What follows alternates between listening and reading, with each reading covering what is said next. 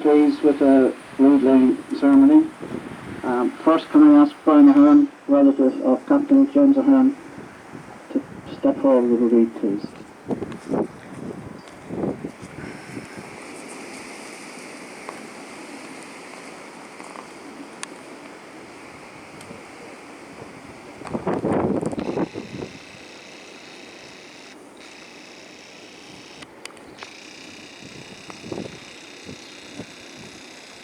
Secondly, can I ask James Higgins to step forward, please, to lay the read for James Glavin.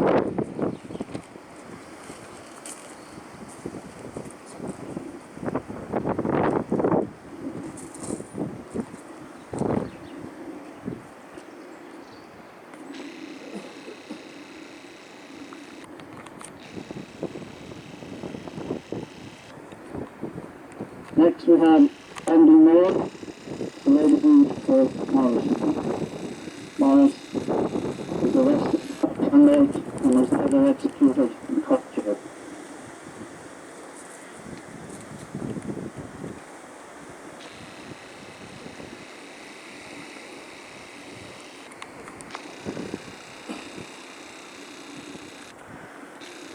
O Sullivan, friend of Maurice Moore, a lifelong friend, another arrested in Clonmult, and he too was executed in Mississippi where they live. So, can I ask Mark Donaghy, on behalf of representing Captain Glavin.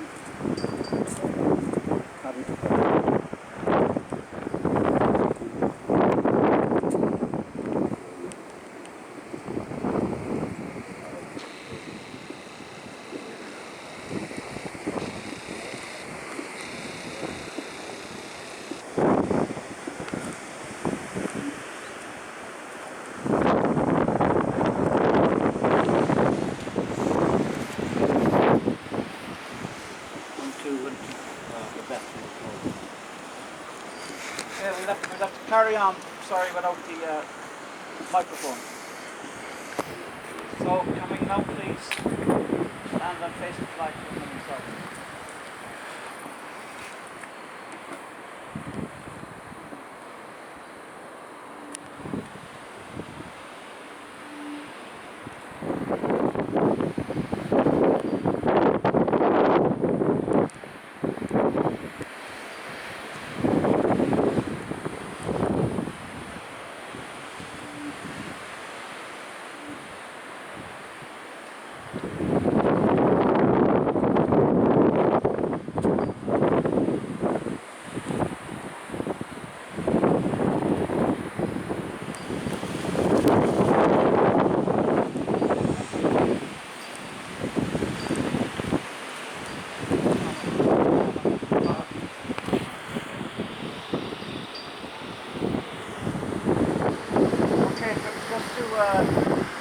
Continue on, and as we said, it's better to relate the narrative of the people close to the events at the time. This is a manuscript from the Cork Public Museum, and it was written by Marjorie, sister of James Ahern. It goes as follows. Tonight we'll man the barn of oil, in Erin's cause come we. With cannon roar and rifles peal, we'll chant the soldier's song. Thus sang a handful of young Irish patriots on a fateful Sunday afternoon, February 1921, in a lonely farmhouse at Clonmult, County Cork, when surrounded by overwhelming British soldiers, their last round of ammunition spent, the roof blazing over their heads, they made a supreme sacrifice for their country. Sunday, 20th February 1921, was a strangely dark, dismal, depressing day. Such a day on which one has a feeling of foreboding that some great tragedy is about to happen. And so it did. A portion of the 4th Battalion 1st Cork Brigade IRA had been in occupation of a disused farmhouse in a lonely position not far from the village of Clonmult, County Cork, since January previous. They were mostly young men or boys who had been taking an active part in the fight for Irish freedom, and on that account were being harried and hunted by Crown forces for the purpose of imprisonment or worse. They were therefore compelled to leave their native towns and band themselves together in what was then known as the Flying Column. The names of the 16th Flying Column members present at Clonmult on that fateful Sunday afternoon are as follows. Richard Haggerty, Christopher Sullivan, Joseph Morrissey, Michael Hannanan, Jeremiah Ahern, John J. Joyce, Michael Desmond, David Desmond, Donald Kennedy, James Ahern, Patrick Higgins, Patrick Sullivan, James Glavin, Maurice Moore, John O'Connell, and James P. Ahern, the latter two having been only a bare week with the column when the tragedy occurred.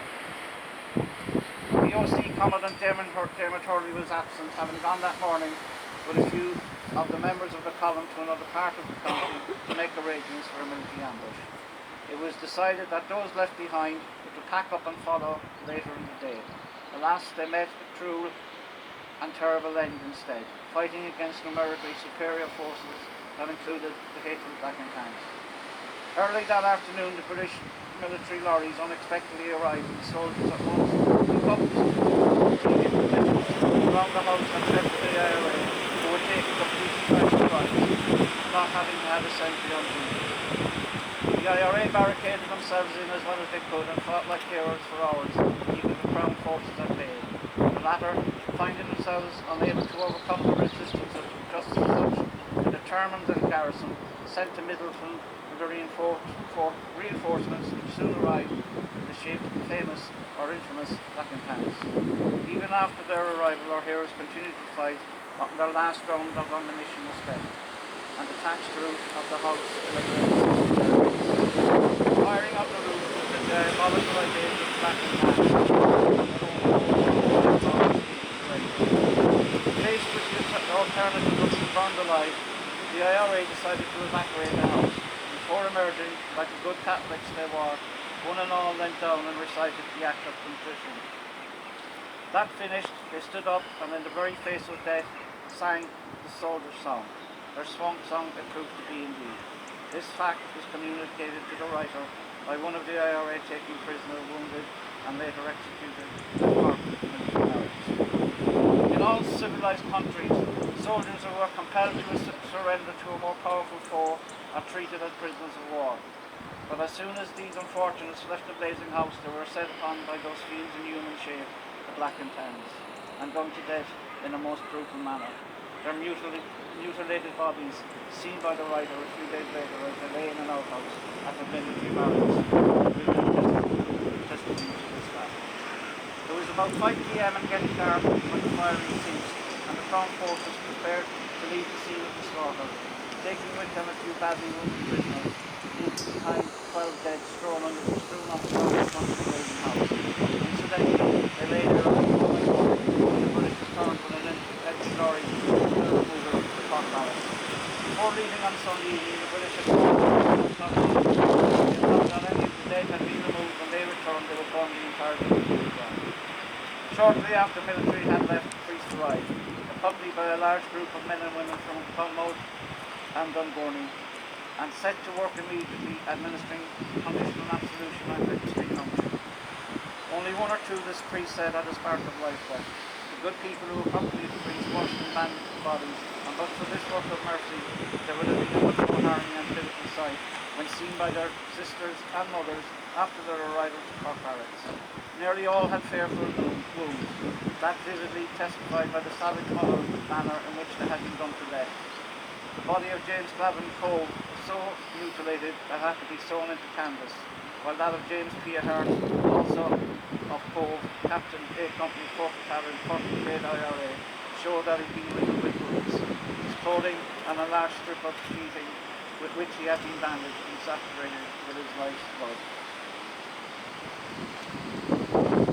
It was indeed a harrowing sight for sisters and mothers when they were permitted to see these poor youths, lying motionless on the floor of the outhouse, the mouths fallen, the eyes wide open, staring with an expression of horror.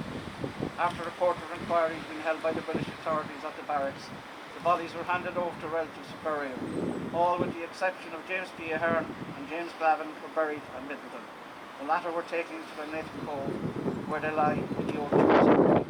Sometime afterwards, Maurice Moore and Patrick O Sullivan, also of Cobh, were tried by court-martial and executed at the Cork military barracks, the bodies being buried in Wicklow. On the eve of his execution, Patrick Sullivan told his mother that he was perfectly happy to die for Ireland, and was longing for the morning when he would go to join his comrades who had fallen at Clonmult. not wish to live after them. His mother told the writer afterwards that he had the rapture of one already in heaven when he said to her that even if allowed to go free, he would far prefer to die for Ireland and join his comrades in heaven. Not so long afterwards, the informer who had betrayed the whereabouts of the Clonmult column to the British authorities was discovered and arrested by the IRA. He was tried by court-martial, found guilty and sentenced to death, and before his execution he confessed to having received £30 for his information. The typed account of this court-martial and execution was received by the relatives of those who died as a result of this base creature's stories after an heroic fight. A little band of dauntless Irish youths that the soul of Ireland might live. The odds were dead against them from the start.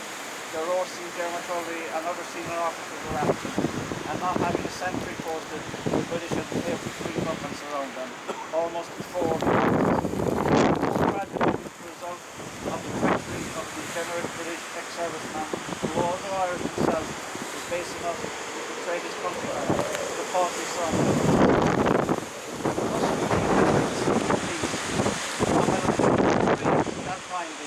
Dauntless still and undefied, men of Ahern more than ever, swear to say. Now, as we continue on, can I ask Chairman Higgins that he read the description of the meeting at the time of the funeral on the day.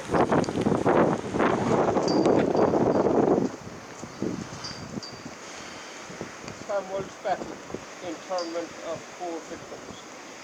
Yesterday, the obsequies took place at Cobh of James Ahern, two young men who were connected with the most respected families in the town. The manner of their tragic death and the sincere sympathy with the members of their family was apparent everywhere. A large crowd gathered in the precincts of the field at 3 o'clock drew near, waiting the hour fixed for funeral. There was a belief amongst those present, which was mainly composed of women, that military interference was imminent, and for that reason there was a degree of nervousness, but the funeral took place without military putting in interference. Prayers in the church were recited by Reverend Fathers Fooey and O'Keefe, and they also officiated at the solemn ceremonies of the place. There were many useful readings in the prayer, which had taken place. All knelt and prayed for the repose of the souls of the dead. A dramatic coincidence was that as the concourse at the graveside kneeled in prayer, there floated on the wind the beautiful national air, that Ahern remembered the days of old, the melody being played on the green of Cobh Cathedral. The shops in that portion of the town through which the funeral passed were closed. In other parts of the town, in the morning, military visitors sold them, and later they were open. Our York correspondent wires, a report has been received contradicting the story that the killing man had been killed at Clonmult, Cobh Examiner, on 5th February 1921.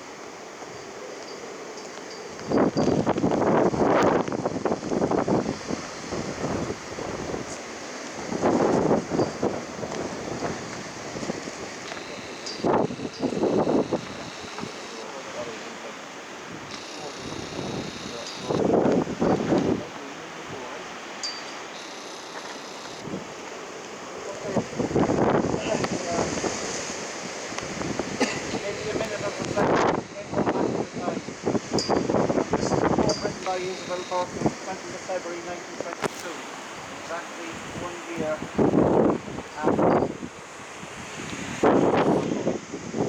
It's called In Memory of the Brave Boys who fell at Clonmult. In the glory of manhood and strength they came, to fight for their cause and true, and the patriot fire in each brisk flame blazed brightly for rosy and dew. Stout hearts full of hope on that threshold stood, which led to the fields of death. Of foemen around them grew, they felt it in every breath. But never a shadow of fear nor day, it was theirs but to do or die, theirs to die in the hush of a springtime day, beneath the blue of the martyr's sky. They are gone. They are asleep in a martyr's grave. They have earned a martyr's crown. Just one short year ago today, and your lives they gave. Their names will shine. Angels hover where oft they trod. May they rest evermore in his realms divine, those brave soldiers of Eira's sod.